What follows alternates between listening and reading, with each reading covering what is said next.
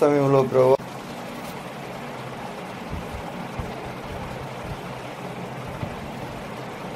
పొందాలంటే ఒక లక్షణం మాత్రం ఖచ్చితంగా ఉండాలని. మనం దీవెనలు కోరుకుంటాం, అందరూ కోరుకుంటారు, తెలిసిన విషయం. కానీ అందరూ పొందలేకపోతున్నారు, కొందరు పొంది పోగొట్టుకుంటున్నారు. సౌలు అనే ఒక వ్యక్తి తన బంధువులు కుటుంబంలో అందరికంటే తక్కువ కుటుంబానికి చెందినవాడు వాళ్ళలో. కానీ ఆ వ్యక్తి దేవుని చేత ఏర్పరచుకున్నప్పుడు ఒక దీవెన తెచ్చుకున్నాడు. ఏమిటంటే మొట్టమొదటి రాజు ఆ దేశానికి ఆయన అయ్యాడు. ఇశ్రాయేలు దేశానికి రాజు ఎవరంటే దేవుడు.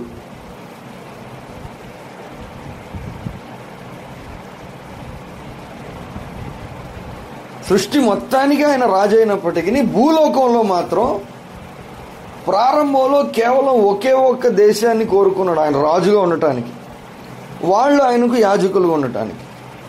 అందుకని ధర్మశాస్త్రంలో ఏముందంటే ప్రభునందు ప్రియులారా ఉండాలి, చాలా ఆజ్ఞలు ఉన్నాయి.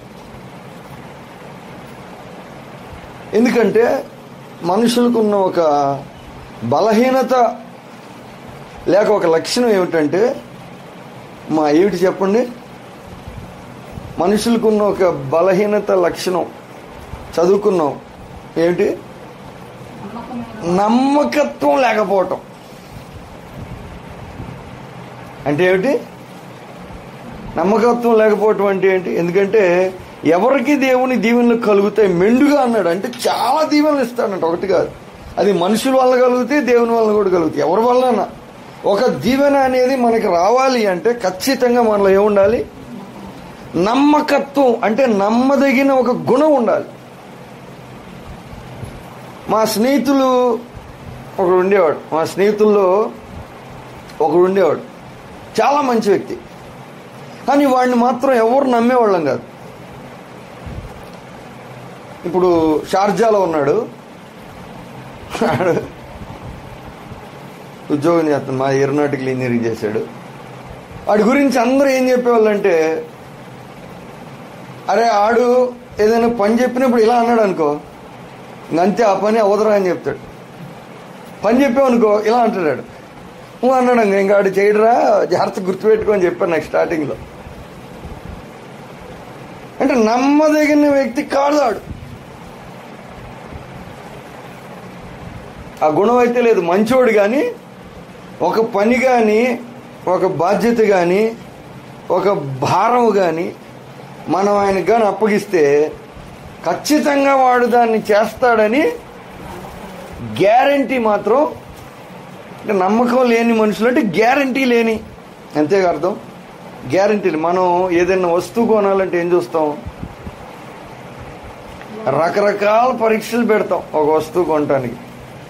ఒక చిన్న వస్తువు ఏదైనా పరికరం కొనాలంటే దాన్ని పనికి వస్తుందా లేదా, పనిముట్టు పనికి వస్తుందా లేదా అని మనం దాన్ని తీసుకుని వాడుకునే ముందు, దాని మీద మనం ఆధారపడే ముందు దాని వెనకాల ఉన్న ఒక గ్యారంటీని చూస్తాం.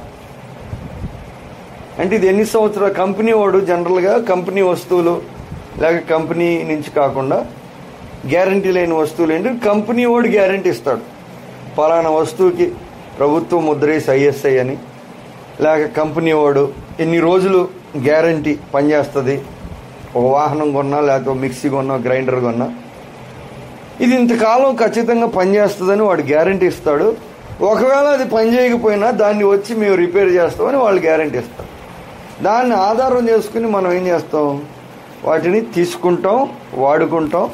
వాటిని తీసుకోవడానికి అసలు అడిగే పెడతాం. అంటే అసలు దేనినైనా సంపాదించుకోవడానికి కావలసిన మొట్టమొదటి లక్షణం ఏంటి? నమ్మకం.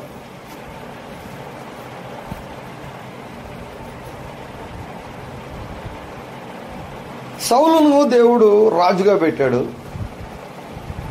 దేవుడే రాజు ఆ దేశానికి. అందుకనే దేవునితో ఎలాగుండాలి, మనుషులతో ఎలాగుండాలి, తనతో తాను ఎలాగుండాలి, ప్రకృతితో ఎలాగ ఉండాలి, ఈ 4 రకాలు చెప్పాడు ధర్మశాస్త్రం అంతా. ధర్మశాస్త్రం ఉన్న ఆజ్ఞలన్నీ ఫైనల్గా చెప్పిన ఈ 4 విషయాలు. దేవుడు మనిషికి ఇచ్చిన స్థానాన్ని బట్టి దేవునితో ఎలా ఉండాలో ఆయనే చెప్పాడు. ఎలా ఉండాలి, నాతో ఎలా పడితే అలా ఉంటానికి కుదరదు. దేవునితో ఉండటం మాత్రమే కాదు, సమాజంలో మనుషులు ఒకరితో ఒకళ్ళు ఎలా ఉండాలో కూడా చెప్పాడు ఆయన. ఇదిగో ఇలా ఉండాలి, యాజకునితో ఎలాగ ఉండాలి, రాజుతో ఎలాగ ఉండాలి, కుటుంబంతో ఎలాగ ఉండాలి, పొరుగువారితో ఎలాగ ఉండాలి చెప్పాడు. నెంబర్ 2, మూడవది ఏమిటంటే తనతో తాను ఎలాగ ఉండాలో కూడా చెప్పాడు. ఒక వ్యక్తి చాలాసార్లు మనం ఏమనుకుంటామంటే నా జీవితం నా ఇష్టం అంటారు అందరూ అనేది, అందరూ అనుకునేది ఇది అని దేవుని వాక్యం చెప్తుంది. నీ జీవితము నీ ఇష్టం అయితే నాశనం అయిపోద్ది. ఏమైపోద్ది? చాలా వరకు ఎవరైతే నాశనానికి వెళ్తున్నారో వాళ్ళు అంటారు ఈ మాట, అన్నిటికీ ఫైనల్గా నా ఇష్టం అంటారు. ఆ ముందు ఫిల్ ఇన్ ద బ్లాంక్లో నా డబ్బు నా ఇష్టం అనో, నా నోరు నా ఇష్టం అనో, నా జీవితం నా ఇష్టం అనో, నా ఒళ్ళు నా ఇష్టం అనో, నా పొలం నా ఏదైనా నా ఇష్టం అన్న ముందు ఒకటి పెట్టారంటే ఖచ్చితంగా దాని వెనకాల ఏమవుతుందంటే వాళ్ళ యొక్క పరిస్థితి ఏదో నాశనానికే. మనతో మనం ఎలాగ ఉండాలో కూడా దేవుడు చెప్పాడు. 4వది ఏమిటంటే ప్రకృతితో ఎలాగ ఉండాలో కూడా చెప్పాడు. భూమిని ఎలా సేద్యం చేయాలి, జంతువుల్ని ఎలాగా, అన్ని విషయాలు చెప్పాడు. 4 విషయాలు చెప్పాడు. ఎందుకంటే అలా ఉన్నప్పుడు దీవెనలు కలుగుతాయి. అది దేవుని యొక్క క్రమం. ప్రభునందు ప్రియులారా, అయితే ఈరోజు ఇక్కడ ఒకే ఒక లక్షణం మనం చూస్తున్నాం. సౌలును దేవుడు రాజు చేశాడు, కానీ సౌలు ఏమయ్యాడు మధ్యలో? దేవుని తర్వాత మొట్టమొదటిగా మనుషులు ఒక రాజు కోరుకున్నారు. వాళ్ళు ఏమన్నంటే, నువ్వు దేవుడు రాజు మాకొద్దు, మాకు మనుషులే రాజు కావాలి. ఎందుకంటే మొత్తం మీద వాళ్ళు ఎందుకన్నారు తర్వాత టైం లేదు మనకి. కోరుకున్నప్పుడు సౌలును దేవుడు ఏర్పరచుకున్నాడు. సరే మీలో సౌలు సరిపోతాడని. సౌలుకు అధికారం ఇచ్చినప్పుడు సౌలు ఏం చేశాడంటే దాన్ని పోగొట్టుకున్నాడు. ప్రభునందు ప్రియులారా, ఈరోజు నేను చెప్తున్న ఆలోచన ఏమంటే, దీవెన ఎలా తెచ్చుకోవాలి? నెంబర్ 1, దీవెనని ఎలా కొనసాగించుకోవాలంటే నమ్మకత్వం ఉంటేనే జరుగుతాయి. నమ్మకత్వం అంటే నిలబడి ఉండటం. దేని మీద నిలబడి ఉంటాం? దేని మీద నిలబడి ఉంటాం చెప్పండి? మాట మీద నిలబడి ఉండటం, లేకపోతే నిబంధన మీద నిలబడి ఉండటం, లేకపోతే అగ్రిమెంట్ మీద నిలబడి ఉండటం. ఈ లోకంలో ఎక్కడా అతి తక్కువగా కనపడుతుందంట. బైబిల్లో రాయబడిన మాట. జాలి గుణం చూపించేవాళ్ళు చాలామంది ఉంటారు అన్నాడు. ఆ రోజుల్లో రాశాడు ఈ మాట. జాలి పడేవాళ్ళు చాలామంది ఉంటారంట. పోన్లే పాపం జాలి గుణం ఉంటుందంట ఎక్కువ మందికి. అంటే అది పెద్ద రేర్ క్వాలిటీ కాదు, చాలా ఎక్కువగా కనపడే ఒక లక్షణం. కానీ నమ్మకమైన వాడు ఎక్కడ చూడగలవు అన్నాడు. అంటే నమ్మకత్వంగా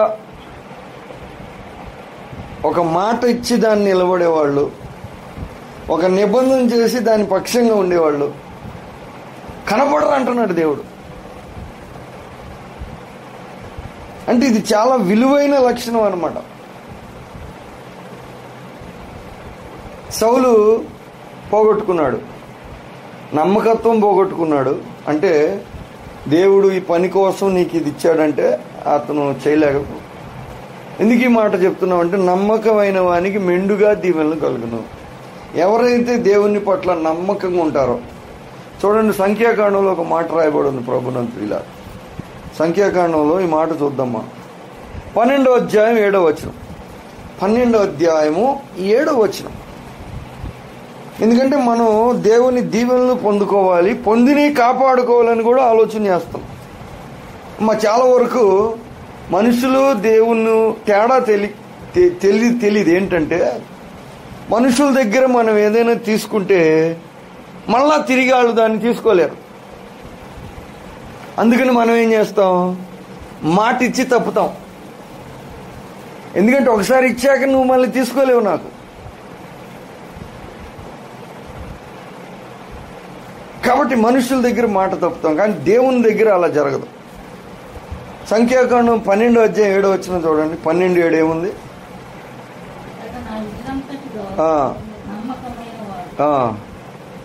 తర్వాత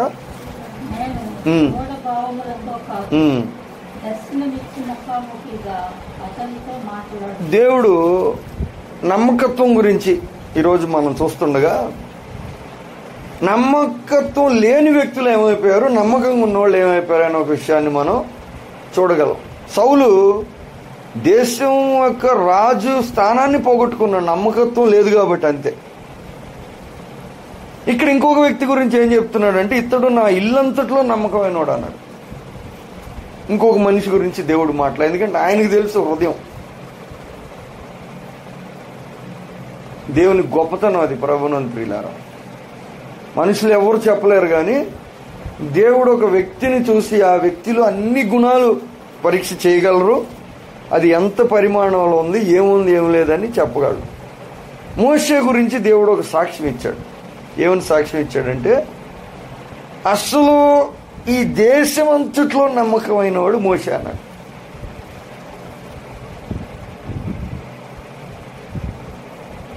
దేశంలోనే నెంబర్ 1. అందుకనే దేవుడు ఆ వ్యక్తిని ఎన్నుకున్నాడు. ఎందుకంటే ప్రారంభంలో మోషేని ఎన్నుకోవటానికి, పైకి చూడటానికి లక్షణాలు సరిగా లేవు. ఎందుకంటే మాట్లాడలేడంట. ఆయన మహాప్రవక్త, లేక మెల్కీసెదెకు క్రమంలో యాజకత్వం, దేశానికి రాజు ఆయనే, ప్రవక్త ఆయన, యాజకుడు ఆయన. అంత గొప్ప స్థానంలో ఉన్నాడు మోషే. అంటే ఇజ్రాయేలీలు 25 లక్షల మందిని ఫరోతో యుద్ధం చేసి నడిపించే క్రమంలో ఆయనను దేవుడు వాడుకుని ఆయన నించోబెట్టాడు. ఏ స్థానంలో పెట్టాడంటే, ఫరోకి నువ్వు దేవుడు అన్నాడు. అంటే ఏ దేశం అయితే ప్రపంచంలో నెంబర్ 1గా ఉందో ఆ రోజుల్లో, ఆ దేశపు రాజుకి నువ్వు దేవుడు అన్నాడు. ఆయన్ని చూసి భయపడి ఈయన పారిపోతే, దేవుడు ఆయన దర్శించి ఏం చెప్తున్నాడంటే, ఈ రోజు నుంచి నువ్వు వాడికి దేవుడు అన్నాడు. ఆడికే కాదు, మీ అన్నకు కూడా నువ్వే దేవుడు అన్నాడు. ఫరోకి నువ్వే దేవుడివి, అహరోనుకు కూడా నువ్వే దేవుడు అన్నాడు. దేవుడు అంటే ఏంటి? దేవుడు అంటే నీ ఇష్ట ప్రకారం వాళ్లకు నువ్వు చేయగలవు, అది అర్థం. ఆ స్థానం మోషేకి ఎందుకు ఇచ్చాడు? మాట్లాడలేడంట. మోషే అన్నాడు, అయ్యా నాకొద్దు, నేను మాట్లాడలేను అన్నాడు. నా వయసు కూడా పెద్ద ఎక్కువ లేదు, మాట మాంద్యం గలవాడిని, నేనేం నాకెందుకు అవుతుంది, వేరేవాడిని ఎందుకంటే లేదు లేదన్నాడు. దేవుడు అతనికి ఉన్న టాకింగ్ ఎబిలిటీ చూసుకున్నాడు. మోషే తనలో ఉన్న ఒంటరితనం చూసుకున్నాడు, అనుభవం చూసుకున్నాడు. నాకు చదువు లేదు, చాలామంది చెప్తారు. నాకు పెద్ద కుటుంబం లేదు, లేకపోతే నాకు అది లేదు, నాకు ఇది లేదు, నాకు సిగ్గు, నాకు భయం, నాకు పెరిగితే రకరకాల విషయాలు చెప్తారు. కానీ దేవుడు అవేమి చూడ్డు. దేవుడు చూసేది ఏంటంటే, నమ్మకమైన మనిషా కాదా, నమ్మకత్వం అనేది ఉందా లేదా. మోషే నమ్మకమైన వాడు అని చెప్తున్నాడు దేవుడు. మోషే వద్దన్న దేవుడు ఆయన్ని నియమించాడు. లేదు, నువ్వే నాయకుడివి, నువ్వే బోధకుడు, నువ్వే రక్షకుడు, నువ్వే యాజకుడు, నువ్వే ప్రవక్త కూడా నువ్వే, దేవుడు కూడా నువ్వే అన్నట్టుగా చెప్పాడు. ఎందుకంటే ఆయనలో ఏముంది?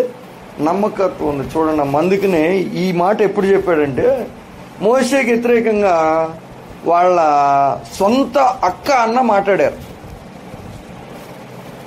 మోషేకి వ్యతిరేకంగా సొంత అన్న, సొంత అక్క, వయసులో వాళ్ళు పెద్దోళ్ళు, వాళ్ళు వ్యతిరేకంగా మోషేకి మాట్లాడినప్పుడు దేవుడు ముగ్గురిని కోపగించి పిలిచాడు, ఇటు రండి అన్నాడు. ఎందుకు నువ్వు నోటికి వచ్చినట్టు ఆయన మాట్లాడుతున్నావు అంటే, వాస్తవానికి తమ్ముడు అక్క, పెద్దోళ్ళకి చిన్నోళ్ళు అంటే పెద్ద గౌరవం అనేది ఉండదు, ఎందుకంటే వాళ్ళు పెద్దోళ్ళు, వీళ్ళు చిన్నోళ్ళు కాబట్టి. కానీ దేవుని యొక్క అభిషేక క్రమంలో ఈ వర్తించవు. ఎందుకు నువ్వు మాట్లాడేవా మోషేకి వ్యతిరేకంగా? మోషే నా ఇల్లంతట్లో నమ్మకమైన వాడు, అందుకే నేను ముఖాముఖిగా మాట్లాడతాను, ఫేస్ టు ఫేస్ మాట్లాడతాను అన్నాడు.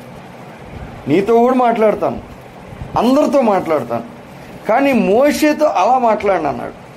స్పెషల్, ముఖాముఖిగా మాట్లాడతాను, నువ్వెందుకు భయపడలేదు అన్నాడు. అమ్మ ఏమన్నాడు? ఆ మనిషికి వ్యతిరేకంగా ఒక మాట మాట్లాడటానికి వాళ్ళు ఏమనలా. వాళ్ళు ఏమన్నారంటే, మోషేని కూడా డైరెక్ట్గా ఏమనలా, మోషే భార్యని అన్నారు. మా చూడండి ఎవరిని అన్నారు? మోషే భార్య కూషు దేశపు స్త్రీ. కూషు దేశపు అంటే ఆఫ్రికా చెందినోళ్ళు, ఆఫ్రికా ప్రాంతానికి చెందినోళ్ళు అన్నమాట. వీళ్ళేమో ఇజ్రాయేలీలు, చూడటానికి బాగుంటారు, వాళ్ళు సరిగా బాగోరు. కూషు దేశస్తులు అంత అందంగా ఉండరు, కొద్దిగా ఆఫ్రికన్ బ్రీడ్ కాబట్టి. మొత్తం మీద వాళ్ళకంటే అంటే ఏ కారణం చేత అన్నారో తెలియదు, కానీ మొత్తం మీద ఆ స్త్రీని బట్టి మోషేకి వ్యతిరేకంగా మాట్లాడేశారు. ఆయన్ని కూడా ఏమనలా, వాళ్ళ భార్యను బట్టి. లాస్ట్కి ఏమన్నారంటే, నీతో నేను మాట్లాడింది, మాతో మాట్లాడలేదు ఏంటి, మాతో లేడా ఏంటి దేవుడు, మేమందరం దేవుని ప్రజలమే, ఏదో ఒక మాట. కేవలం ఒక్క మాట అన్నందుకు దేవుడు రెండిట్రని పిలిచాడు. నా ఇల్లంతట్లో నమ్మకమైన వాడు మాట మాట్లాడటానికి మీరెందుకు భయపడలేదు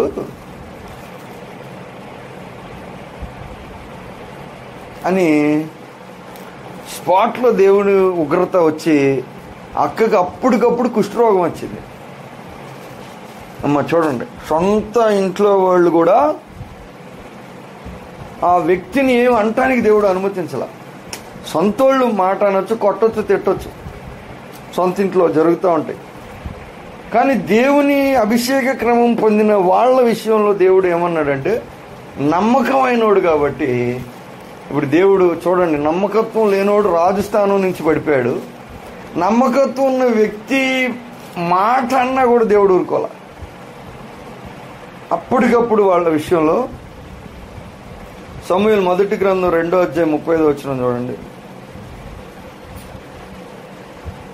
మొదటి సమూయేలు 2వ అధ్యాయం 35వ వచనం.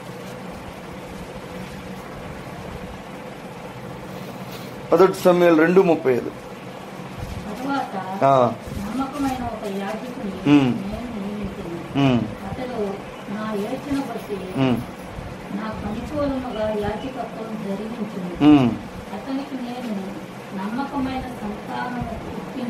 అమ్మా ఇక్కడ ఒక సందర్భం మరలా అదే మాట చూస్తున్నాం. మా ఏంటి ఏమంటున్నాడు దేవుడు?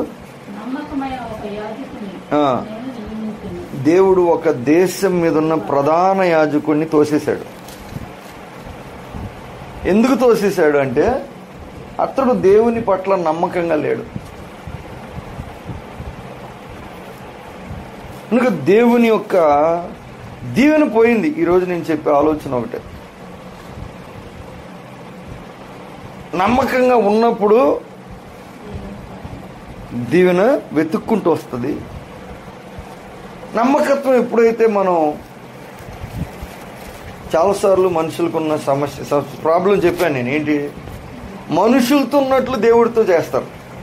మనుషుల్ని మనం ఏం చేయొచ్చు అంటే, ఫస్ట్ నమ్మబలికి నమ్మకంగా ఉంటూ వాడుకొని ఇడిచిపెట్టచ్చు. ఉదాహరణకి చాలా విషయాలు చెప్పచ్చు, అది ఇదనేం లేదు. నమ్మకంగా డబ్బులు తీసుకోవచ్చు, తర్వాత కాగితాలు వేసి సంతకం పెట్టి ఇవ్వాల్సిన టైం వచ్చేటప్పటికి నేను పెట్టలేదని కోర్టులో కేసేయచ్చు. అప్పుడేమవుద్ది, నేనే పెట్టి నేనే రాసి నేనే ఇస్తానని చెప్పి ఇవ్వాల్సిన టైం వచ్చేటప్పటికి నేను ఇవ్వకుండా నేను కాదని కోర్టులో కేసేసామనుకో, అది తేలేదాకా ఏమన్నా చేయొచ్చు.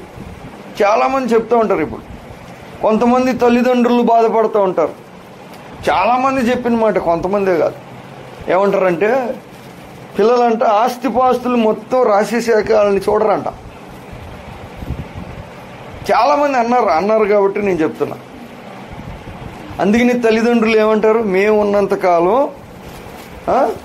ఎవడి పేరు మీద నేను రాయను అంటారు. ఎందుకు? ఎవరి మీద నమ్మకం లేదు? తల్లిదండ్రులకి ఎవరి మీద నమ్మకం లేదు? సొంత కొడుకుల మీద, సొంత కూతుర్ల మీద. చూడండి, ఇప్పుడు సొంత కడుపును పుట్టిన బిడ్డల మీదే తల్లిదండ్రులకు నమ్మకం లేదంటే అసలు నమ్మకత్వం అనేది ఎంత గొప్ప క్వాలిటీ.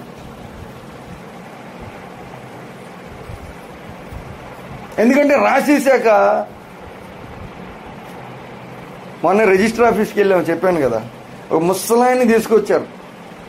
చూస్తేనేమో ముసలాయన్ని తెచ్చారు, పడుకోబెట్టారు బల్ల మీద. ఏదో ఆస్తి పంపకాలు. ఇప్పుడు రాయిపోతే నష్టం ఏంటమ్మా? నాకు అర్థం కాదు, చెప్పండి.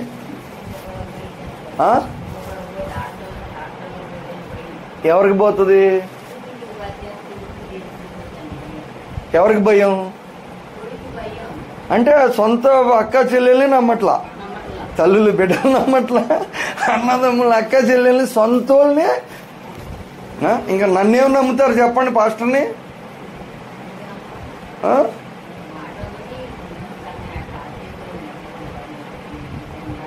మంచిదమ్మా, నమ్మితే దేవునికి మహిమ కలుగును కాక. అర్థమవుతుందా మీకు? నమ్మకత్వం అనేది అతి శ్రేష్టమైన ఒక లక్ష్యం. ఆ నమ్మకత్వం ఉంటే ఎంతైనా దేవుడు దీవించగలడు. ఎందుకని? ఆ గుణం ఉంది కాబట్టి దానిని వాళ్ళు దుర్వినియోగం చేయరు. యాజకుడిని తీసేశాడు, ఇంకో యాజకుడిని పెడతా అన్నాడు. ఎవడు? నమ్మకమైన యాజకుడు అని చెప్తున్నాడు. అంటే నేను ఇచ్చిన దానిని వాళ్ళు నా ఇష్ట ప్రకారం, లేక నా చిత్త ప్రకారం, లేక నా డైరెక్షన్ ప్రకారం వాడతారు. రాజ్యాధికారమైన, లేక యాజకత్వమైన, లేకపోతే అభిషేకమైన.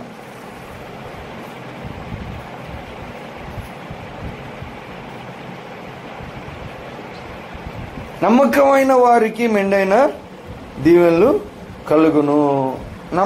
నమ్మలేని రాయబారంట కళ్ళకు పొగలాంటి వాడు అంట. ఎలాంటి వాడంట? కళ్ళకి పొగ ఎంత మేలు చేస్తుంది చెప్పండి? పొగ కళ్ళకు పొగలాంటి వాడు, పులుసు లాంటి వాడు అని రాశారు. అంటే నమ్మకత్వం అనే ఒక లక్షణం దేవునికి చాలా అవసరమైంది, ఇష్టమైంది కూడా. ఎందుకంటే అది లేకపోతే మనం ఇచ్చినవి కూడా అదే చెప్పే ప్రాబ్లం. మనుషులు తెలివితేటలు ఎలాగుంటాయంటే మనుషుల దగ్గర తీసేసుకుని మనం ఏమైనా చేయొచ్చు. ముందు నమ్మబలికి, తర్వాత మనం మోసం చేయొచ్చు, మాట మార్చొచ్చు, ఏమైనా చేయొచ్చు మనుషుల దగ్గర. వాళ్ళు ఏం చేయలేరు. నాకు కూడా ఆయన చాలాసార్లు పలానా పని చేస్తామని అసలు భక్తి పరులు ఎంత గొప్పగా చెప్తారంటే లాస్ట్కి పని అయ్యాక అసలు మంచితనం అంతా ఎక్కడ పోతుందో తెలియదు. కానీ నీకెందుకు పాస్టర్ గారు నేను అది చెప్తారు. తర్వాత ఏమవుతుందో తెలియదు. అది మనుషుల దగ్గర. దీన్నే దేవుని దగ్గర చేసి నష్టపోతున్నారు. దేవుని దగ్గర ఉన్న ఒక పవర్ ఏంటంటే ఇచ్చి మళ్ళీ తీసుకోగలడు. అర్థం చేసుకోండి, ఇస్తాడు, తీసుకోగలడు. మనుషులు చేయలేరు. కాబట్టి మనుషుల దగ్గర ఉన్నట్టు దేవుని దగ్గర చేసి చాలా మంది నష్టపోతున్నారు. మనుషులు తెలివితేటలు వాడతారు దేవుని దగ్గర. దేవుని దగ్గర మాట ఇచ్చి మనుషుల దగ్గర చేసినట్టు మాట తిప్పటం తప్పటం చేసామనుకో, అప్పుడేమవుతుంది? దీవెన చాలా వరకు ప్రభునందు ప్రియులారా ఏమవుతుంది? నష్టపోతాం. చాలాసార్లు దేవుడి మాట బాధపడుతూ చెప్పాడు. తర్వాత యెషయా గ్రంథంలో అయ్యో నమ్మకమైన పట్టణం ఇలాగైపోయింది అంటాడు. ఒక మనిషిని గురించే కాదు, ఒక పట్టణం, ఊరు గురించి దేవుడు నమ్మకమైన నగరం చెడిపోయింది అంటాడు. అంటే ఒక పట్టణాన్ని దేవుడు ప్రేమించి కడతాడు బాగా. వాళ్ళు దేవుడిని విడిచిపెడతారు అన్నీ వచ్చాక. అప్పుడు చెడిపోయింది అని బాధపడి దానికి ఉన్న ఒక బ్లెస్సింగ్ అనేది తీసేసాడు అన్నమాట. ఇజ్రాయేలీల గురించి అదే మాట అన్నాడు, యెరూషలేము గురించి ఆయన అదే మాట అంటున్నాడు. ప్రభునందు ప్రియులారా, ఫైనల్గా నమ్మకత్వం అనే ఒక లక్షణం 1 కొరింథీ 4:2 చూడండి. 1 కొరింథీ 4:2 కొరింథీయులకు రాయబడిన మొదటి పత్రిక 4:2.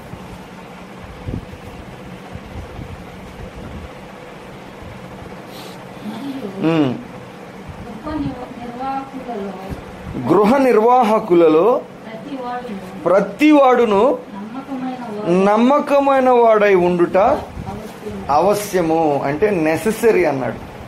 ప్రతి వాడు గృహ నిర్వాహకత్వం అంటే ఒక గృహాన్ని నడిపించాలి అంటే ఆ వ్యక్తికి ఏముండాలంట? నమ్మకత్వం ఉండాలి. అంటే దేవుడు సేవను గురించి చెప్తూ వచ్చాడు, ఈ సూత్రం వాడాడు. ఇప్పుడు ఇంకొక ప్రశ్న అమ్మా మీ అందరికీ. మీరు పనికి ఒక చిన్న పని, మీ చేనుకి మందు కొట్టే పని అనుకో, ఆ పని నమ్మకంగా చేసేవాడికి ఇస్తారా, నమ్మకంగా చేయనివాడికి ఇస్తారా మీరు? అది మామూలు 1 గంట సేపు చేసే పని అయినా మనం ఎవరిని కోరుకుంటాం? నమ్మకంగా చాలా జాగ్రత్తగా పనిచేసే వాళ్ళకే మనం ఏమిస్తాం. కూలి పని ఇచ్చినా, మేస్త్రి పని ఇచ్చినా, ఏ పని ఇచ్చినా ఎవరికి చేస్తాం? ఎవరికి ఇస్తాం? అవకాశం ఉంటే ఇవ్వగలిగితే ఖచ్చితంగా నమ్మకంగా చేసే వాళ్ళకి ఇస్తాం. ఒక ఆయన అంటుండేవాడు, మేస్త్రి, గుంటూరులో ఈ కడతారు చూసావా గొడౌన్లు, ఏసీ గొడౌన్లు, అట్లా ఏమంటారు? గొడౌన్లు కడతారు కదా, మిరపకాయలు పెట్టే గొడౌన్లు కడతారు కదా, పెద్ద పెద్ద, ఏమంటారు వాటిని? మిర్చి యార్డులు. ఆ మిర్చి యార్డులు కట్టే పని నువ్వే చేయాలంటున్నాడంట ఓనరు. అక్కడి నుంచి ఫోన్ చేస్తాడు వీడికి, లేదు సార్ నాకు ఖాళీ లేదు అంటే, లేదయా 2 నెలలైనా కానీ నువ్వు అక్కడ నేను చేయలేను సార్ అంటే, నువ్వేం చేయక్కర్లా, నిలబడి చాలా అంటున్నాడంట. నేను కూడా విన్నా ఒకసారి ఫోన్లో చెప్తున్నాడు. ఏం చెప్తున్నాడు?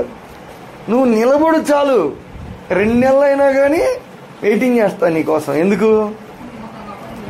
ఎందుకంటే నీలో నమ్మకత్వం ఉంది కాబట్టి.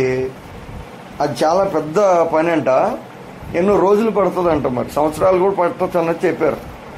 అంత పని అయినా కానీ ఎవరికి ఇవ్వాలి? చిన్నదైనా పెద్దదైనా, మనుషులు ఇచ్చినా దేవుడిచ్చినా ఎవరికి ఇస్తారంటే నమ్మకత్వం కలిగిన వాళ్ళకు మాత్రం ఇస్తారు. అంటే ఒక పనిని చేపట్టిన తర్వాత ఆ పనిని ఏ వ్యక్తి తరపున కానీ, ఏ కార్యం లక్ష్యం కోసం కానీ, ఏ మార్గం చేయాలనుకున్నారో అది ఎవరున్నా లేకపోయినా చేసే వాళ్ళకి అవి దొరుకుతాయి. అయితే ఎందుకు మనుషులు నమ్మకత్వం పోగొట్టుకుంటారు? కొన్ని చూద్దాం. ఎందుకు? ఇప్పుడు ఉదాహరణకు మేస్త్రి పని అనుకుందాం. ఆయన నమ్మి ఒక 2 కోట్లు పని ఇచ్చాడు కట్టడానికి, ఈయన ఇష్టం అని నమ్మి డబ్బులు చేతిలో పెట్టాడు. ఈ వ్యక్తి నమ్మకత్వం ఎందుకు పోగొట్టుకుంటాడు?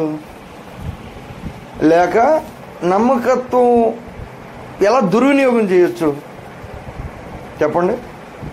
అధికారంలో ఒక స్థానంలో ఒక పోస్ట్కి వచ్చిన తర్వాత డబ్బులు ఇచ్చారు, నువ్వు కట్టయ్యా, నీ ఇష్టం, ఐరన్ నీకు నచ్చింది కోను, సిమెంట్ ఇసుక నచ్చింది కోను, పనులు నీకు నచ్చిన వాళ్ళని పెట్టుకో, నాకు ఈ పని చేసి పెట్టని ఇస్తే ఆ వ్యక్తి ఆ స్థానాన్ని ఎందుకు దుర్వినియోగం చేస్తాడు? మంచి క్వాలిటీ పని, రాడ్లు మంచి కొనాలంటే తక్కువ రకం కొని ఎక్కువ రేటు చూపించాడు అనుకోండి. ఉదాహరణకి రెండో రకం కొని ఫస్ట్ రకం కొన్నానని ఆడు చూడ్డు కదా, పని ఇచ్చి వెళ్ళిపోయాడు. ఇది కొని ఫస్ట్ రకం వాడానని రేటు తేడా చూపించి ఆ డబ్బులు ఒకవేళ పక్కన పెడితే ఎందుకు పెట్టుకుంటాడు అలాగా?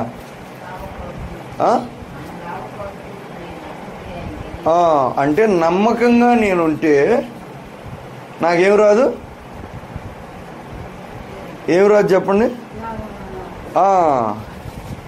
ఎవరైనా కానీ నమ్మకత్వం ఎప్పుడు పోగొట్టుకుంటారు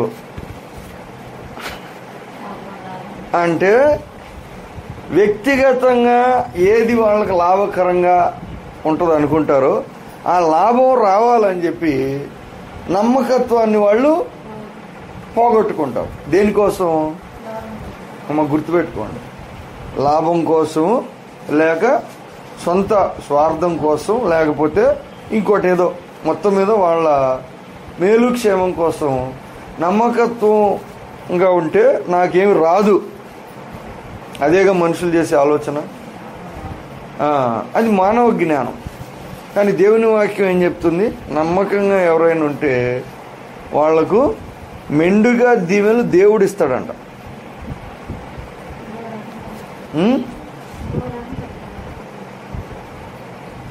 ఆశ్చర్యకరంగా ఇది ఇప్పుడు తీర్మానం చేసుకోవాలి. ఎందుకంటే నిన్న మీటింగ్కి వెళ్ళినప్పుడు ఒక ఆయన దగ్గర పెట్టారు, నన్ను ఇంట్లో పెట్టారండి. ప్రభుత్వం మారినప్పుడు ఆటోమేటిక్గా ఏమవ్వాలి, వాళ్ళ తరపున ఉద్యోగాలు వచ్చిన వాళ్ళు తీసేయాలని వాళ్ళు వేసుకోవాలి. అయితే ఎలా తీయాలి వీటి మీద ఎంక్వైరీ పెట్టారంట. మొత్తం అందరూ వచ్చారంట, అధికారులు, వాళ్ళు, ఎమ్మెల్యే గారు అందరూ వచ్చారు. అందరూ వచ్చి తీండ్రా ఈడు ఏం చేశాడంటే ఒక్క చోట కూడా ఒక్క రోజు కూడా ఒక్క పనికి తేడా కానీ ఒక్క రూపాయి తేడా కానీ రాలేదంట. స్టన్ అయిపోయారంట. ఈయన అడిగండి, ఏంటి సార్ నాకు అగ్ని పరీక్ష పెడుతున్నారని, నా ఉద్యోగం ఎంత, నేను చేసే పని ఏంటి, మీరు ఇంతమంది వచ్చి అసలు ముందు నీ సంగతి తేల్చి తర్వాత మేము ఊర్లోకి వెళ్తామరా అని అందరూ వచ్చారంట. అధికారులు వాళ్ళు వీళ్ళు పిలిచారంట, అందరూ దిగి వచ్చారు. ఏంటి చూశారు, ఏ రిమార్క్ లేదు, ఏ రిమార్క్ లేదు. బా నెంబర్ 1 మనిషి శవాశ్వ అది ఇది అన్నారంట ఆఫీసర్లు, కానీ పని బీకేశారంట. చూశారు, రిమార్క్ లేదు, రిమార్క్ లేకపోతే పీకేశారంట. ఏం చేయాలని అర్థం కావట్లా. అయితే ఈయన ఎవరు, ప్రార్థన చేసుకునేవాడు. దేవుణ్ణి అడిగిన, ప్రభువా నువ్వు నమ్మకంగా ఉండి, నేను నమ్మకం రూపాయి కూడా తేడా తేలా, నిన్ను బట్టి నీ ముఖం చూసి నేను కరెక్ట్గా ఉండాలని అందరూ చెప్తున్నారంట. ఊర్లో అందరూ సాక్ష్యం చెప్పారు, అధికారులు సాక్ష్యం చెప్పారు, అందరూ చెప్పారు, కానీ పీకేశారు ఉద్యోగం. ఛాన్స్ ఉంది కాబట్టి తీశారు. ఏంటని ప్రార్థన చేసుకున్నాడంట 7 వారాలు ఉపవాసం ఉండి. ఏంటి ప్రభువా నేను నీకోసం ఉంటే ఇలాగా అవటం ఏంటి, 7 వారాలు ప్రార్థన చేస్తే 7వ వారం దేవుడు హైకోర్టుకి వెళ్ళమని చెప్పాడంట. నువ్వు హైకోర్టుకి వెళ్ళి అన్నాడు. హైకోర్టుకి వెళ్ళాడు, వేసాడు. దేవుడు చెప్పాడు కదా, హైకోర్టుకి వెళ్ళాడు. సంవత్సరం అయిన తర్వాత బాధపడి బాగా ఏడ్చి ప్రార్థన చేశాడంట. జీతం ఏమో అయిపోయింది. ఆయన లారీ డ్రైవర్, మారు మనసు పొందాడు. లారీ పనికి వెళ్తే కొన్ని ఇవన్నీ ఎందుకులే, కరెక్ట్గా ఉండి కరెక్ట్గా ఉద్యోగం చేశాడు. అందరూ కరెక్ట్ అంటున్నారు కానీ సంవత్సరం అయిన తర్వాత చెయ్యి వచ్చి ఇలా భుజం తట్టిందంట. పొద్దున్నే కోర్టు నుంచి కమిషనర్కి వెళ్ళిందంట డైరెక్ట్గా. రాష్ట్ర కమిషనర్ కోటి, ప్రాజెక్ట్ డైరెక్టర్ కోటి, కలెక్టర్ కోటి, ఎంఆర్ఓ కోటి, ఎమ్మెల్యే కోటి, సర్పంచ్ కోటి, డిపార్ట్మెంట్ కోటి వెళ్ళిందంట. ఎవడరా ఈడు అసలు, నాకు రావటం ఏంటి అని పైనుంచి ఫోన్లో, అసలు ఎవడీడు అంటే లేదు సార్ అక్కడ కరెక్ట్ మనిషి, పైనుంచి కిందకు వచ్చి ఆర్డర్ తీసుకుని వెళ్ళాడంట ఎమ్మెల్యే గారి దగ్గరికి. సార్ ఆమీన్ గౌడ్ వచ్చాడు అన్నాడంట. ఆయన ఆమీన్ గౌడ్ వచ్చాడు రా అన్నాడంట. మళ్ళీ ఏమన్నాడంట, అరే ఆమీన్ గౌడ్ నువ్వే కరెక్ట్ రా, నేనే ఓడిపోయానని సన్మానం చేశాడంట. షాల్వా గారి దండేసి సెకండ్ ఇచ్చాడంట. సార్ నాకు సన్మానాలు వద్దు, ఉద్యోగం చేయమంటారా వద్దా, ఇంకా చేయమంటారా, పైనుంచి వచ్చి నా మీద గెలిచావు నువ్వు, నన్ను అడుగుతాను చేసుకోపో. కదలపలేదంటే ఎవరు, ఊర్లో మొత్తం సాక్ష్యం చెప్తాను. 4 తరాల క్రితం లాయర్ గారు ఒక ఆయన ఉండేవాడండి. 4 తరాల క్రితం ఒక ఆయన ఉండేవాడు, మళ్ళీ ఈయన ఉన్నాడు. ఊరు మొత్తం సాక్ష్యం చెప్తున్నారు ఆయన గురించి.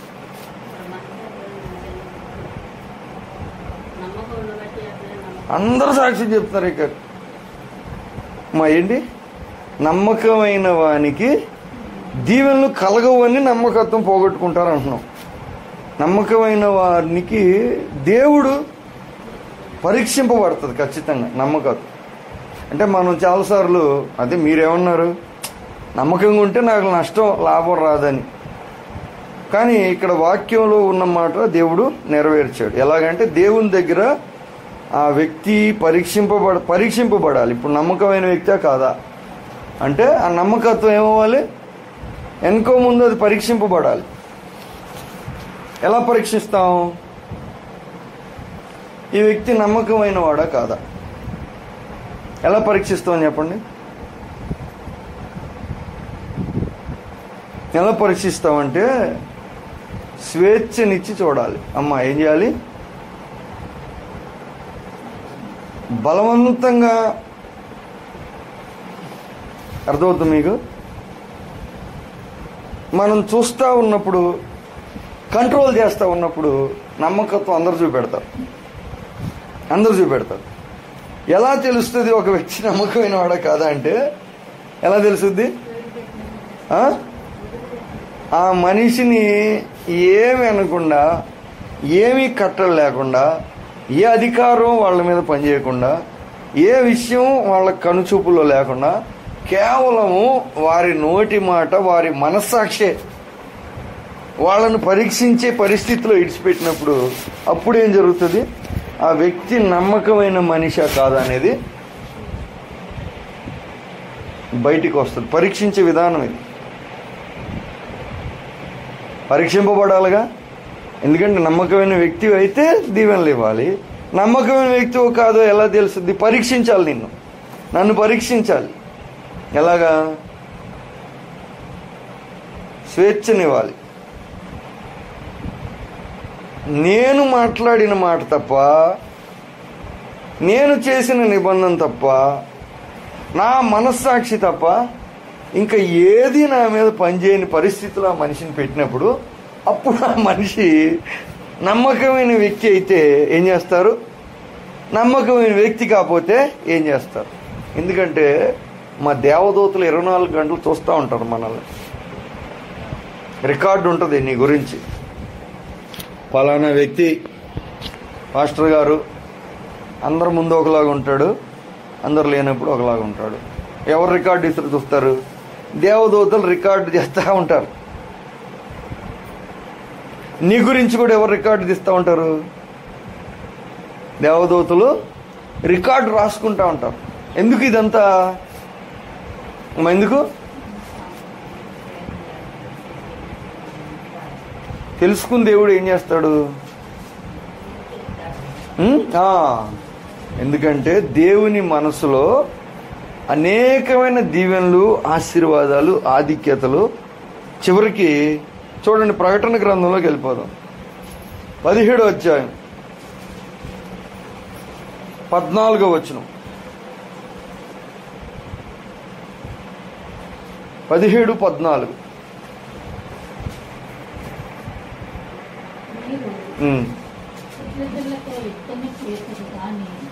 17-14 ప్రకటన గ్రంథం. యుద్ధం చేతురు గాని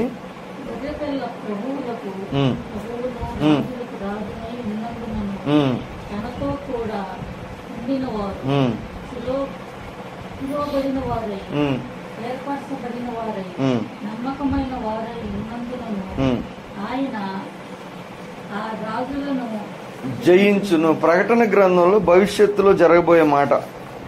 ఫ్యూచర్లో మానవ చరిత్ర భూలోకంలో ఏం జరగబోతుందంటే, మా గొర్రె పిల్లతో యుద్ధం చేస్తారంట అందరూ. అంటే ఎవరితో? యేసు ప్రభు వారితో భూప్రపంచం మొత్తం యుద్ధం చేస్తుందంట రాజులందరూ కూడా యేసు ప్రభుతో. అయినా ఆయన ప్రభువులకు ప్రభువును, రాజులకు రాజై ఉన్నందునను, ఇంకా ఆయనతో కూడా ఉండిన వారు, పిలువబడిన వారై, ఏర్పరచబడిన వారై, ఏమైనా నమ్మకమైన వారై ఉన్నందున ఆయన రాజులను జయించును. ఫైనల్ విక్టరీ యేసు ప్రభు వారికి వస్తుందంట. ఎలాగా?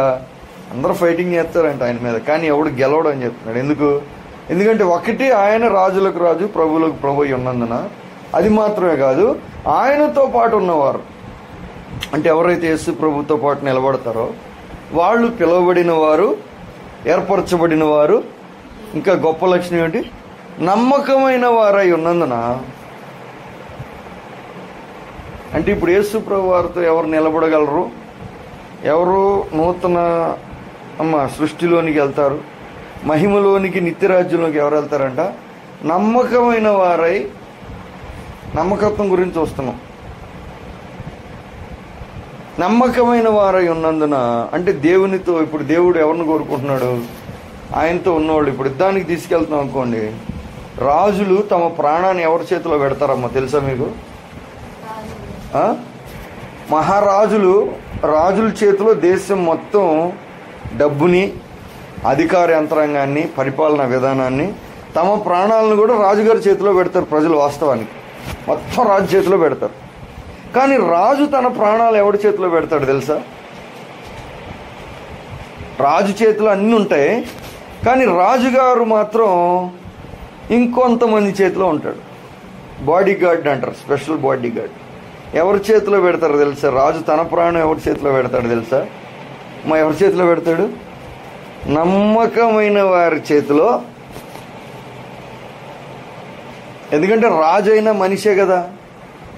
దావీదు మహారాజు బాడీ గార్డు ఉండేవాళ్ళు అన్నమాట చుట్టూ, దావీదుతో చుట్టూ మహాయోధులు ఉండేవాళ్ళు. ప్రతి రాజు చుట్టూ ఉంటారు. ప్రతి రాజు చుట్టే కాదు, ఇప్పుడు గొప్ప గొప్ప వాళ్ళు, పెద్దోళ్ళు, పలానా వ్యక్తి ఒక స్థాయికి మించి పైకి ఎదిగిన ప్రతి వ్యక్తికి ఎవరు ఉండాలి? సెక్యూరిటీ, బాడీ గార్డ్స్ ఉండాలి.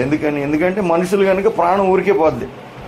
చాలా తేలిక ప్రాణం మనుషులు కాబట్టి. అంత గొప్ప అధికారం, అంత స్థానం ఉన్నా వాళ్ళ చుట్టూ బాడీ గార్డు సరిగా లేకపోతే వాళ్ళకి ఏదైనా అయితే వాళ్ళు తమ ప్రాణం ఎవరి చేతిలో పెడతారంటే నమ్మకమైన వాళ్ళ చేతిలో పెడతారు. రాజుకు నమ్మకంగా మనకి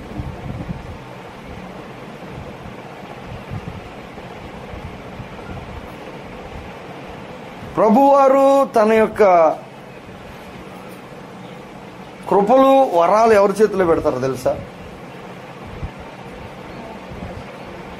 ఎవరి చేతిలో పెడతాడు? నమ్మకమైన వారి చేతిలో పెడతాడు. 12 మందిని ఏర్పరచుకున్నాడు.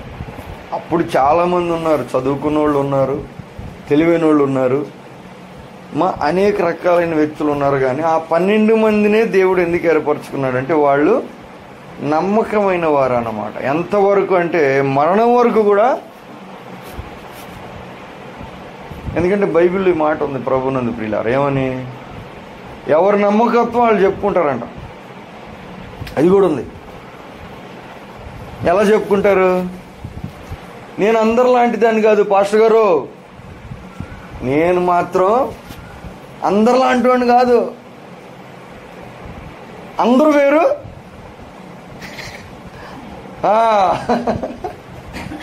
అందరూ వేరు, నేను వేరు. చాలామంది అన్నారు, నాతో ఈ మాట అన్నారు. చాలామంది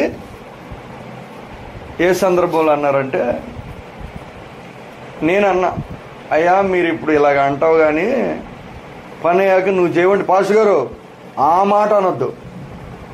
అయ్యా ఈ డైలాగ్ కూడా నాకు ఇప్పటికే ఒక 70 మంది చెప్పారు, నువ్వు 71 అంటే లేదు, వాళ్ళు వేరు, నేను వేరు, అందరిని చూసావు, నన్ను చూడు, ఏముందని అందరూ చెప్పింది ఇదేరా నాయన, ఈ మాటలు కూడా చెప్పారు. లేదు లేదు అంటే ఎవరు నమ్మకత్వం వాళ్ళు చెప్పుకుంటారని ఉంది, బైబిల్లోనే ఉంది. తనను తాను పొగుడుకుని వారు ఎవరు నమ్మకత్వం వాడు చెప్పుకుంటాడండి.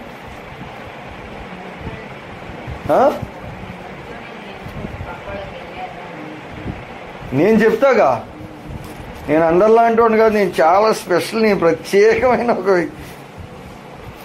అయ్యా బాబు ఈ మాట కూడా చాలా మంది చెప్పారు, ఇది కూడా కొత్త ఏం కాదు నాకు, ఇలా కానీ అని అంత మోసం చేశారు. ఒక్క ఆయన మాత్రం ఏ మాట చెప్పాడో ఆ మాట ప్రకారం చేశాడు. ఇంతమందిలో నేను చూసింది ఒక ఆయన ఉన్నాడు, ఏం చెప్పాడో చేశాడు ఆయన ఒక్కడు. మిగతా వాళ్ళందరూ దేవుడు దేవుడు అనేవాళ్ళు 100 మంది ఉన్నారు, కానీ మాట ఇచ్చింది నిలబెట్టుకునే వాళ్ళు మాత్రం నేను చూసిన వాళ్ళలో. బైబిల్లో కూడా ఏముంది, తనను తాను ఎవరి నమ్మకత్వం వాడు చెప్పుకుంటాడు, కానీ నీ నమ్మకత్వం ఎవరు చెప్పాలి? ఈ నమ్మకత్వం దేవుడు చెప్పాలి. ఫలానా మనిషి దేవునికి మహిమ కలుగును గాక. ప్రభునందు ప్రియులారా, ఒకవేళ ఇప్పటి వరకు మనం నమ్మకంగా లేకపోయినా కానీ దేవుడు కృప ఇస్తాడు. ఏమని? పేతురు కూడా ఒకసారి మాట ఇచ్చి తప్పాడు. నేను మాత్రం నిన్ను ఇడిచిపెట్టను, నేను మాత్రం నిన్ను అసలు వెంబడించక మానను, నేను మాత్రం అందరూ వదిలిపెట్టినా నేను మాత్రం అన్నాడు. అన్నోడే 3 సార్లు అందరికంటే ఎక్కువగా ఆయన విడిచిపెట్టాడు. అయినా మరలా తిరిగి ఏం చేశాడంటే దేవుడు ఆయనకు అవకాశం ఇచ్చి పశ్చాత్తాపడి మళ్ళీ అందరికంటే నమ్మకమైన స్థానానికి ఆయన వెళ్ళాడు. అందుకనే దేవుడు పేతురు గారికి తాళపు చెవులు ఇచ్చాడంట. నువ్వు దేన్ని నిప్పితే నేను దాన్ని నిప్పుతాను అన్నాడు, నువ్వు దేన్ని బంధిస్తే దాన్ని బంధిస్తా అన్నాడు భూలోకంలో. అంటే ఇప్పుడు దేవుడు తన చేతిలో పెట్టుకోవాలి అధికారం.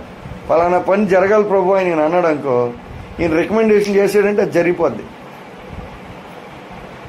ఫలాన్ని మూసేయి అన్నాడు అనుకో, ఇంకా దేవుడు మూసేస్తాడంట. ఏలియాకి ఉంది అధికారం. వర్షాన్ని మూసి అంటే వర్షాన్ని ఆపాడు. పేతురుకి చెప్పాడు, పలానా మనిషిని నువ్వు దీవించాయా అంటే ఆయన దీవిస్తా అన్నాడు. ఎందుకంటే ఈయనకున్న నమ్మకత్వం బట్టి ఆ తాళం తెచ్చుకున్నాడు. ఈరోజు ప్రభునందు ప్రియులారా, నమ్మకమైన వానికి మెండుగా దీవెనలు కలుగును.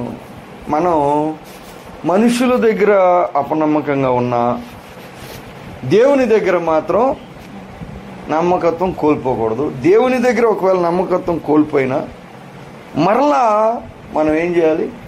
తిరిగి మనం నమ్మకత్వాన్ని కొనసాగించే స్థితిలో ఉంటే అది దేవుని కోరిక. ఎందుకంటే దేవుడు నమ్మకమైన వాడని ఉంది బైబిల్లో. దేవుడు ఎవరంట? మనం నమ్మదగిన వారము కాకపోయినాను ఆయన నమ్మదగిన వాడని ఉంది. అంటే ఒకవేళ నువ్వు 100 సార్లు మాట తప్పుతావేమో కానీ దేవుడు మాత్రం ఇచ్చిన మాట ఎన్నడూ కూడా తప్పుడు అని కూడా. అంటే దేవునికి ఉన్న లక్షణం అనేక మందిలో లేని లక్షణం. దీవెనలు పొందుకునే ఒక లక్షణం, పొందిన దీవెనలు కాపాడే లక్షణం ఏమిటి? నమ్మకత్వం. ప్రభునందు ప్రియులారా, కనుక ఈరోజు మనం దేవుని దగ్గర ఏం పోగొట్టుకోకూడదు? నమ్మకత్వం పోగొట్టుకోకూడదు. నువ్వు ఏం మాట అయితే ఇచ్చావో, ఏ నిబంధన అయితే చేసావో, ఏ బాధ్యత అయితే చేపట్టావో, ఎలాంటి ఒక కృపనైతే పొందావో, వరం విషయంలోనూ ప్రతి విషయంలోనూ మనం ఏం కలిగి ఉంటే నమ్మకమైన వారై ఉన్నందున ఆయన జయించెను. నమ్మకమైన వారు కాకపోతే దేవుడు అంటే అలాంటి వాళ్ళను ఆయనకు తెలుసు కదా. అందుకని చాలాసార్లు మన జీవితంలో ప్రభునందు ప్రియులారా దీవెనలు పోగొట్టుకుంటున్నాం.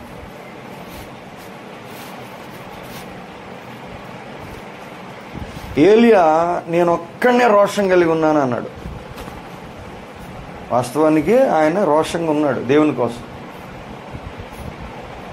ప్రభువా చూడు, ఇంత జరిగినా నేను ఒక్కడనే రోషంగా ఉన్నాను.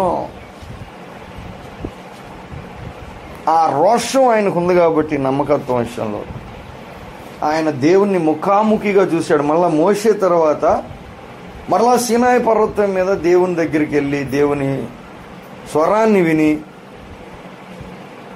శరీరంతో పరలోకానికి వెళ్ళిపోయిన వ్యక్తి ఏలియా. ఎందుకంటే రోషాన్ని బట్టి, నమ్మకత్వాన్ని బట్టి. మనం నమ్మకంగా లేకపోతే భూలోకంలో ఏవో చిన్న చిన్న దీవులు పోతాయి అనుకుంటున్నాం. కానీ నమ్మకంగా లేకపోతే పరలోకం పోతుంది, అభిషేకం పోతుంది, దేవుణ్ణి పోగొట్టుకుంటాను.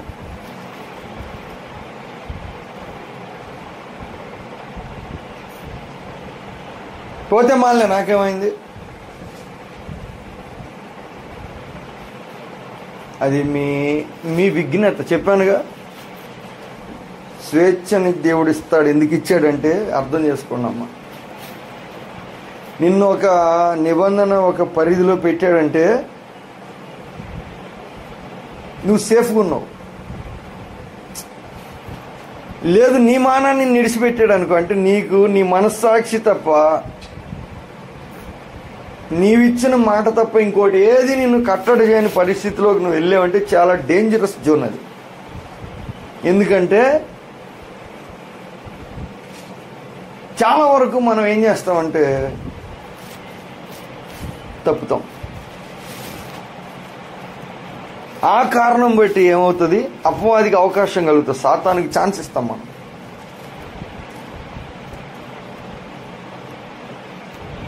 కానీ పరీక్షింపబడాలి, జయించాలి. నీవు దేన్ని? ఈ నమ్మలేని ఒక ప్రవర్తనను మనం జయించి నమ్మకమైన వారిగా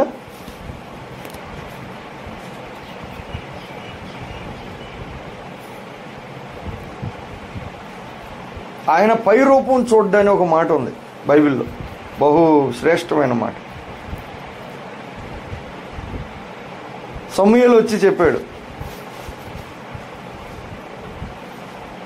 ఏలియాబ్ అనే వ్యక్తి చాలా అందంగాను బాగా భారీ కాయంతోనూ చూడటానికి రాజులా కనపడుతున్నాడు అంట. ఈడేనేమో దేవుడు ఏర్పరచుకున్న ఒక కోరుకున్న వ్యక్తి అంటే దేవుడు పైరూపం లక్ష్య పెట్టద్దు, నరులు పైరూపం లక్ష్య పెట్టును కానీ యెహోవా హృదయమును లక్ష్య పెట్టును. నరులు ముఖాన్ని చూస్తారు, దేవుడు ముఖాన్ని చూడ్డు, దేవుడు హృదయాన్ని చూస్తాడని చెప్పాడు. ఏం చూడ్డు దేవుడు? పైరూపం చూడ్డంట. హృదయాన్ని చూసి నమ్మకమైన వారు ఆయన కోరుకుంటున్నాడు. ఈరోజు వాళ్ళను ఏ స్థాయిలో అన్నా తీసుకెళ్తాడు, ఎలాంటి పరిస్థితుల్లో అన్నా కాపాడగలడు. అందుకే షడ్రక్ మేషక్ అబేద్నెగోలు అగ్నిగుండంలో 7 అంతులు వేసినోడు చనిపోయాడు, కానీ వీళ్ళకి అగ్ని వాసన అంటకుండా దేవుడు కాపాడాడు. వెళ్ళకుండా ఆపలా. ఎందుకంటే నమ్మకత్వం పరీక్షింపబడాలి. పరిస్థితి రాకుండా దేవుడు ఆపడం, పరిస్థితి రానిస్తాడు, పరీక్షిస్తాడు. ఆ పరిస్థితిలో నువ్వు నమ్మకంగా ఉన్నావా లేదా? నమ్మకంగా ఉంటే దేవుడు ఏం చేస్తాడు? ఇంకా ఉన్నతమైన ఒక స్థానం. లేకపోతే దేవుడు కనికరిస్తాడు, దీర్ఘశాంతం గలవాడు, కృప చూపుతాడు, మరలా పశ్చాత్తాపడటానికి అవకాశం ఇస్తాడు. దేవుడు తన సన్నని మేలని స్వరాన్ని వినిపింపజేస్తూ ఉంటాడు. కనుక తీర్మానం మనదే ప్రభునందు ప్రియులారా. ఈ సమయంలో నిన్ను బట్టి దేవుడు నమ్మకమైన మనిషి అని సాక్ష్యం చెప్పే జీవితం నీకుందా? ఎందుకంటే మనం అన్ని విషయాల్లో నమ్మకత్వం, ప్రజలందరూ ఉండాలని కోరుకుంటాం. భర్త నీకు నమ్మకంగా ఉండాలని కోరుకుంటాం, అవునా? బిడ్డలు నమ్మకంగా ఉండాలని కోరుకుంటాం, తల్లిదండ్రులు నమ్మకంగా ఉండాలని కోరుకుంటాం, రాజకీయ నాయకులు నమ్మకంగా ఉండాలని కోరుకుంటాం, ఇరుగు పొరుగు వాళ్ళు నమ్మకంగా ఉండాలని కోరుకుంటాం, అందరు నమ్మకంగా ఉండాలంటాం మనం. కానీ నీ నమ్మకత్వం సంగతి ఏంటి? తీర్మానం తీసుకోవాల్సిన మనవి చేస్తూ చిన్న మాటలు ముగిస్తున్నా. దేవుడు మనందరినీ నమ్మకమైన వారిగా మలచునుగా. కామెంట్